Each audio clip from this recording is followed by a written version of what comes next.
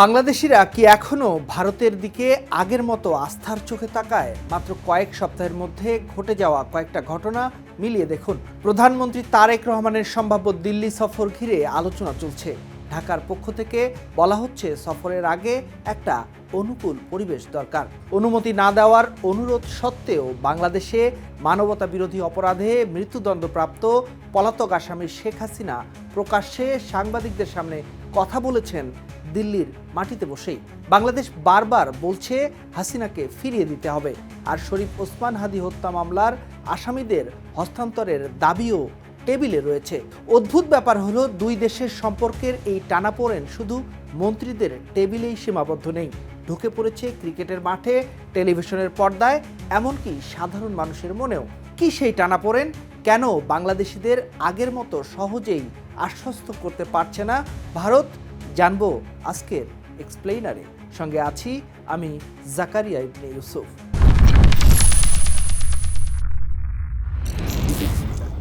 সংখ্যা দিয়েই শুরু করা যাক। পিউ রিসার্চ সেন্টারের সাম্প্রতিক এক জরিপ বলছে বাংলাদেশে ভারতের প্রতি ইতিবাচক মনোভাব এখন 42%। 2024 সালের জরিপের তুলনায় এটা 15 পয়েন্ট কম। আর অর্ধেকের বেশি মানে 51% বাংলাদেশি মানুষ ভারত সম্পর্কে নেতিবাচক দৃষ্টি পোষণ করেন। মজার বিষয়, যারা আগে কোনো মতামত দিতেন না তাদের সংখ্যাও কমেছে অনেকটা। মানে মানুষ এখন চুপ করে নেই, একটা স্পষ্ট অবস্থান নিচ্ছে। কিন্তু এখানেই একটা কথা পরিষ্কার করে নেওয়া দরকার, ভারত সম্পর্কে নেতিবাচক মনোভাব মানেই ভারতকে শত্রু বা অনিরাপদ মনে করা নয়। এটা একটা পারসেপশন বা একটা জনমতের বদল। প্রশ্নটা তাই হওয়া উচিত, ভারত বদলেছে নাকি বাংলাদেশিদের চোখে ভারতের ছবিটাই বদলে গেছে? শুরু করা যাক সবচেয়ে স্পর্শকাতর জায়গা থেকে। বাংলাদেশে মানবতা বিরোধী অপরাধে দণ্ডিত শেখ হাসিনা 2024 সালের 5 আগস্ট থেকে তিনি ভারতে থাকেন। বাংলাদেশ বারবার তাকে ফেরত চাইছে, কিন্তু ভারত এখনও ফেরত দেয়নি। গত 5 আগস্ট দিল্লির ফরেন করেসপন্ডেন্টস ক্লাবে হাসিনা সরাসরি সাংবাদিকদের মুখোমুখি হয়ে ভাষণ দেন। ঢাকা এতে ক্ষুব্ধ হয়ে বিবৃতি দিয়ে বলে, এই ঘটনা বাংলাদেশের সার্বভৌমত্বের প্রতি এক ধরনের অবমাননা। ভারতের পররাষ্ট্র মন্ত্রণালয়ের মুখপাত্র অবশ্য জানিয়েছেন এটা ছিল একান্তই একটা বেসরকারি মিডিয়া আয়োজন, সরকারের এতে কোনো ভূমিকা নেই। এর মধ্যেই দিল্লি চাতক পাখির মতো চেয়ে আছেন প্রধানমন্ত্রী তারেক রহমানের ভারত সফরের দিকে। যদিও বাংলাদেশের পররাষ্ট্র মন্ত্রণালয় জানিয়েছে তারেক রহমান ভারত সফরে যাবেন, তবে তার আগে ভারতে সফর করার মতো একটি অনুকূল পরিবেশ দরকার।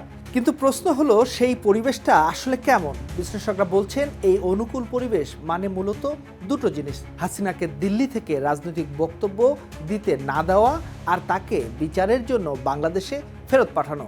অর্থাৎ সফরের তারিখ ঠিক করার আগেই ঠিক করতে হচ্ছে দুই দেশের সম্পর্কের আবহাওয়া আসলে কতটা পরিষ্কার। তবে পুরো ছবিটা শুধু অচলাবস্থার নয়। ঢাকাকে দিল্লি জানিয়েছে যে শরীফ ওসমান হাদি হত্যাকাণ্ডে জড়িতদের দ্রুত হস্তান্তর করতে তারা প্রস্তুত। অর্থাৎ সম্পর্কের দরজা পুরোপুরি বন্ধ নয়, কোথাও কোথাও খুলছেও। In the heart of the city rises a destination built for greatness. International Convention City, Bosundhara. Life takes a new course. কিন্তু দরজার ঠিক মাঝখানে এখনো আটকে আছে সবচেয়ে বড় কাঁটা, আর সেই কাঁটা না সরলে সম্পর্ক কতটা এগোবে সেটাই এখন বড় প্রশ্ন। এবার আসা যাক এমন একটা জায়গায় যেখানে রাজনীতি ঢুকে পড়েছে সবচেয়ে প্রত্যাশিতভাবে, ক্রিকেট মাঠে। 2026 সালের IPL নিলামে কলকাতা নাইট রাইডার্স রেকর্ড দামে দলে নেয় বাংলাদেশের মুস্তাফিজুর রহমানকে। কিন্তু নিলামের কিছুদিন পরই BCCI কলকাতাকে নির্দেশ দেয় তাকে দল থেকে ছেড়ে দিতে। BCCI আনুষ্ঠানিকভাবে কোনো কারণ জানায়নি, শুধু বলেছে সাম্প্রতিক পরিস্থিতির কথা। আল জাজিরার প্রতিবেদন অনুযায়ী এর পেছনে ছিল ভারতে বাংলাদেশে সংখ্যালঘুদের ওপর হামলার অভিযোগ নিয়ে ক্ষোভ। এই ঘটনায় বাংলাদেশে তৈরি হয় তীব্র ক্ষোভ।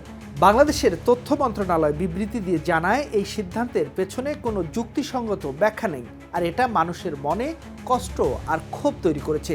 এরপরই সরকার সিদ্ধান্ত নেয় বাংলাদেশে IPL এর সম্প্রচার বন্ধ থাকবে।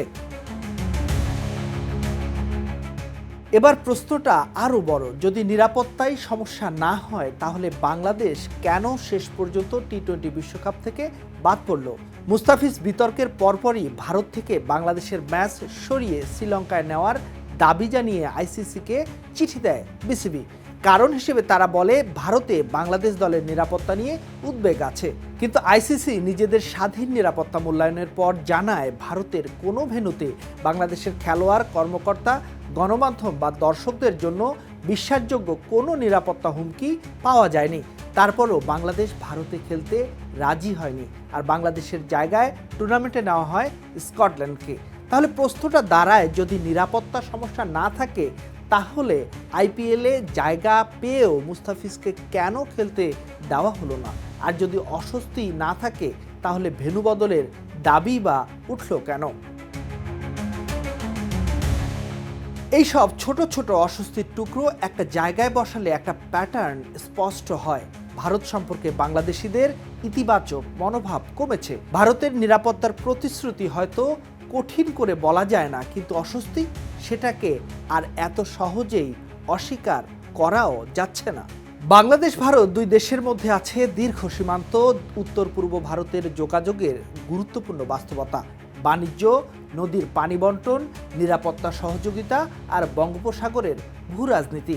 তারেক রহমানের সম্ভাব্য ভারত সফরের আলোচনায় বাণিজ্য, ট্রানজিট, জ্বালানি, সীমান্ত ব্যবস্থাপনা আর গঙ্গার পানি বন্টন চুক্তির মতো বিষয়গুলো প্রাধান্য পাবে বলে জানাচ্ছে কূটনৈতিক সূত্র। অর্থাৎ সম্পর্ক খারাপ হলে শুধু ঢাকার পাশাপাশি দিল্লিরও ক্ষতি হবে। তাহলে ফিরে আসা যাক শুরুর প্রশ্নে। তারেক রহমানের দিল্লি সফর কি আদৌ হবে? দুই দেশের সরকার কি সম্পর্ক ঠিক করতে পারবে, নাকি তার আগে ঠিক করতে হবে মানুষের মনে তৈরি হওয়া দূরত্ব? শেখ হাসিনা দিল্লিতে বসে কথা বলছেন, আইপিএল থেকে ছিটকে ফেলা হয়েছে মুস্তাফিজকে, বাংলাদেশ ছিল না গত টি-20 বিশ্বকাপে। পিউয়ের জরিপ বলছে ভারতের প্রতি ইতিবাচক মনোভাব নেমে এসেছে 42%। আর প্রধানমন্ত্রী তারেক রহমানের দিল্লি সফরের আগে দরকার হচ্ছে একটা অনুকূল পরিবেশ। কূটনৈতিক সম্পর্ক হয়তো চুক্তি দিয়ে শুরু হতে পারে, কিন্তু টিকে থাকে আস্থায়। আর সেই আস্থাটাই যদি কমতে থাকে তাহলে দিল্লির সঙ্গে ঢাকার দূরত্বটা কেবল মানচিত্রে নয়, মানুষের মনেও তৈরি হচ্ছে কিনা, সেটাই এখন সবচেয়ে বড় প্রশ্ন।